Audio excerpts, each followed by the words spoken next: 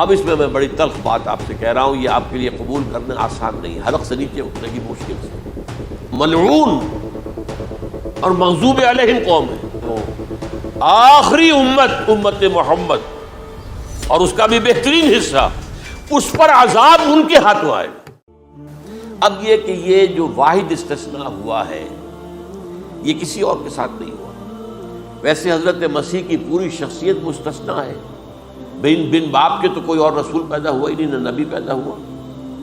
پھر وہ معجزے جو حضرت مسیح کو ملے کسی نبی کو نہیں ملے۔ حضرت صالح کو ایک ہی معجزہ ملا تھا نا ایسا کہ لوگوں نے کہا کہ تم یہ اس چٹان میں سے ابھی ایک گابن اونٹنی برآمد کر کے دکھا دو، وہ دکھا دی گئی، پھر ہلاک کر دیے گئے۔ لیکن جو اور معجزے حضرت مسیح کو دکھائے وہ بچپن میں بولے ہیں، گود میں تھے یا پگوڑے میں تھے، بولے ہیں انی عبد اللہ آتانی الکتاب وجعلنی نبیا۔ یہ بات نہ ہوتی تو حضرت مریم کے کیا حشر کرتی قوم۔ تو یہ سارا معاملہ جو ہے حضرت عیسیٰ بولے ہیں وہاں پہ، خود وہ بچہ بولا۔ اب اس کے بعد بولنے کی لوگوں کے اندر کیا گنجائش تھی؟ زندہ کو مردہ کر دینا، فم باذن اللہ، مردہ زندہ ہو گیا۔ اور تخلیق حیات، ایک پرندہ بنانا گارے کا، پھونک مارنا اور اڑتا ہوا پرندہ بن جائے۔ ایک کوڑی کے جسم پر ہاتھ پھیرنا اور کوڑ ختم۔ ایک مادرزاد اندھے کی آنکھوں پر ہاتھ پھیرنا اور بینائی آ گئی۔ یہ سارے معجزات مستثنیٰ شخصیت ہیں۔ ان کا یہ استثناء کیوں کیا گیا؟ یہ بڑی تلخ بات ہے، یہ یاد کر لیجیے، کیونکہ یا تو قوم اسی وقت ہلاک کر دی جاتی، جیسا کہ ہوا قوم نوح، قوم ہود، قوم عاد، قوم ثمود، قوم شعیب، یہ ہوا کہ نہیں ہوا؟ اور سدوم اور عمورہ کی بستیاں جہاں حضرت لوط بھیجے گئے، اور آل فرعون جو ہلاک کیے گئے، یا تو پوری قوم ہلاک کی جاتی؟ نہیں، یہ یوں سمجھیے کہ اس پورے معاملے کو درمیان میں سے ایک وقفہ دے دیا گیا، حضرت عیسیٰ کو اٹھا لیا گیا، اور حضرت عیسیٰ دوبارہ آئیں گے۔ یہ کیوں کیا گیا؟ اب اس میں بڑی تلخ بات آپ سے کہہ رہا ہوں، یہ آپ کے لیے قبول کرنا آسان نہیں ہے، حلق سے نیچے اٹھنے کی مشکل سے۔ اس قوم کو زندہ رکھا گیا ہے جو ملعون اور مغضوب علیہم قوم ہے۔ سب سورہ فاتحہ میں مفسرین لکھتے ہیں ضالین، یہ نصارہ ہیں، اور مغضوب علیہم یہ یہودی ہیں۔ اور قرآن کہتا ہے لعن الذین کفروا من اہل الکتاب علی لسان داؤد عیسی ابن مریم، لعنت کی گئی۔ ایک ملعون اور مغضوب قوم کے ہاتھوں آخری امت محمد، اور اس کا بھی بہترین حصہ، اس پر عذاب ان کے ہاتھوں آئے گا۔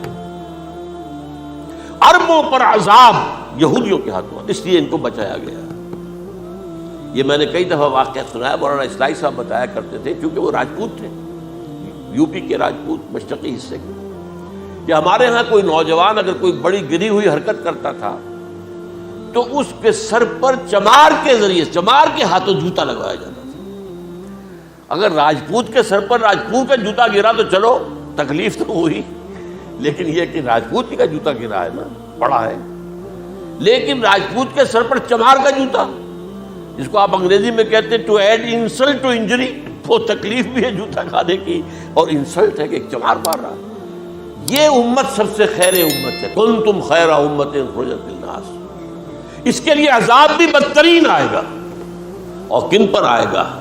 اس امت کا جو اصل نیوکلیس ہے عرب، جس کے بارے میں حضور کی حدیث موجود ہے ویل للعرب، عرب کے لیے بہت بڑی ہلاکت ہے۔ اور آج ہماری نظر میں آ رہا ہے وہ ملعون اور مغضوب علیہم قوم، ان کے سینے کے اندر خنجر کی طرح بھونکی گئی ہے، اور 30 کروڑ کے قریب عرب بے حمیتی، بے غیرتی، بزدلی، کمزوری، ذلت، مسکنت کی مثال بنے ہوئے۔ کوئی بول سکتا ہے اس اسرائیل کے خلاف؟ کو بول سکتا ہے؟ 30-35 لاکھ آدمی ہے اسرائیل کے اندر یہودی، اس سے زیادہ تو امریکہ میں 50 لاکھ کے قریب، کل 1.25 کروڑ آدمی ہے یہ یہودی پوری دنیا کے اندر۔ لیکن دیکھیے جو چاہتا کرتا ہے، جب چاہا اس نے عراق کے ایٹمک انسٹالیشن کو تباہ کر دیا، اور سعودی عرب کی فضا میں اس کو فیول کیا ہے انہوں نے، دوبارہ ری فیولنگ جو ہوئی ہے ان کے جہازوں کی، وہ سعودی عرب کی فضا میں ہوئی۔ یہ صورت جو ہے عربوں کے اوپر، اور اب جو آنا ہے آرمگیدان، کیونکہ پوری عیسائی دنیا یہودیوں کے قبضے میں ہے، اور یہ رومی ایک حدیث کی روح سے 80 علم لے کر حملہ آور ہوں گے تم پر، اور یہ ہوگا مڈل ایسٹ میں۔ آپ کو معلوم ہے پوری دنیا میں کہا جا رہا ہے 3rd ورلڈ وار جو ہونے والی ہے وہ مڈل ایسٹ میں ہوگی، اور میں ٹوائنبی کا قول آپ کو سنا چکا ہوں، 1950 کا قول ہے اس کا۔ یہ اس وقت تک تو سوال ہی پیدا نہیں ہوتا تھا، سارا تصادم جو ہو رہا تھا وہ ایک طرف روسی اور اس کے ساتھی تھے، روس اور اس کے ساتھی، دوسری طرف یہ مغربی یورپ اور امریکہ تھا۔ کوئی مسلمانوں اور عیسائیوں کی کسی جنگ کا تو کوئی امکان نظر ہی نہیں آتا تھا۔ لیکن ٹائنبی نے کہا ہے، جو سب سے بڑا فلاسفر آف ہسٹری ہے 20ویں صدی کا، کہ اب جو جنگ ہوگی بڑی، جو اس نیکسٹ سینچری کی، 21st سینچری کی، وہ در حقیقت کمیونزم کے درمیان اور کیپٹلزم کے درمیان نہیں ہوگی، بلکہ عیسائیوں اور مسلمانوں کے درمیان ہوگی۔ یہ میں اس کا حوالہ بھی پورا آپ کو دے چکا ہوں، اس نے یہ کہاں یہ بات کہی، تو یہ ہے، یہ بات جان لیجئے۔ اور مڈل ایسٹ میں ہوگی، گریٹر اسرائیل بنے گا۔ حدیث میں خبریں، یہ سارے مسلمان ممالک تمہارے ہاتھ سے نکل جائیں گے مسلمانوں، یہ عراق اور اردن اور یہ اور وہ، یہاں تک کہ ترکی، سعودی عرب کا بھی شمالی حصہ نکل جائے گا۔ البتہ مدینے کا جو ان کا پروگرام ہے اس کو اللہ نہیں پورا ہونے دے گا، مدینے میں داخلے کی ان کو اجازت نہیں ملے گی۔ بہرحال یہ سارا کچھ ہونے والا ہے۔ وہ وقت بھی آنے والا ہے کہ حضور کی ایک حدیث کے مطابق ایک شخص کے 1000 بیٹے ہوں گے تو 999 ختم ہو جائیں گے ایک بچے کو۔ یہ وقت بھی آنے والا ہے کہ حضور فرماتے ہیں اتنی بڑی جنگ ہوگی، اتنی خوریزی ہوگی کہ پوری زمین اٹھ جائے گی لاشوں سے۔ تو پرندہ جو ہے، کوئی ایک تو پرندے ہوتے ہیں کہ جو مردار خور ہے، گدھ ہے، وہ تو بڑی خوشی سے اتریں گے، تناول فرمائیں گے لاشوں کو۔ اسی طریقے سے کوے ہیں، چیلے ہیں، لیکن جو نفاست پسند پرندے ہیں وہ لاش کے اوپر اترنا نہیں چاہتے۔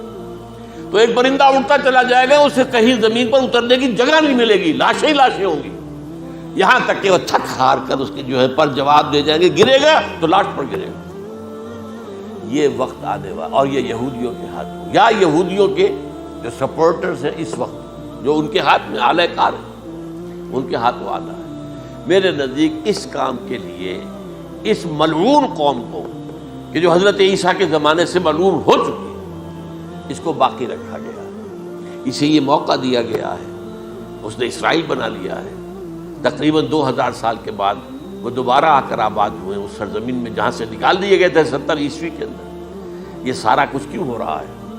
تو در حقیقت میرے نزدیک واللہ عالم حکمت خداوندی اس میں یہ ہے، انہیں روک کر رکھا گیا ہے اور حضرت عیسیٰ کو اٹھا لیا۔ پھر وہی عیسیٰ آئیں گے اور انہی کے ہاتھ میں یہ ہلاک ہوگا، سوائے اس کے چونکہ جو ایک میں نے آپ کو کئی دفعہ حوالہ دیا ہے، فلاڈلفیا ٹرمپٹ ایک رسالہ نکلتا ہے پروٹیسٹنٹ عیسائیوں کا، انہوں نے یہ لکھا ہے، اس نے لکھا ہے ایک پرچے کے اندر کہ جب حضرت مسیح آئے گی اینٹی کرائسٹ ہوگا، وہ لکھا اس نے کہ وہ یہودی ہوگا، حالانکہ وہ پرو یہودی ہے۔ وہ جتنے بھی یہ جو کرسچن زائنسٹ ہیں، یہ تو یہودیوں سے بڑھ کر زائنسٹ ہیں، ان کے بڑے سپورٹرز ہیں۔ تو لیکن اس نے لکھا ہے anti Christ will be a Jio.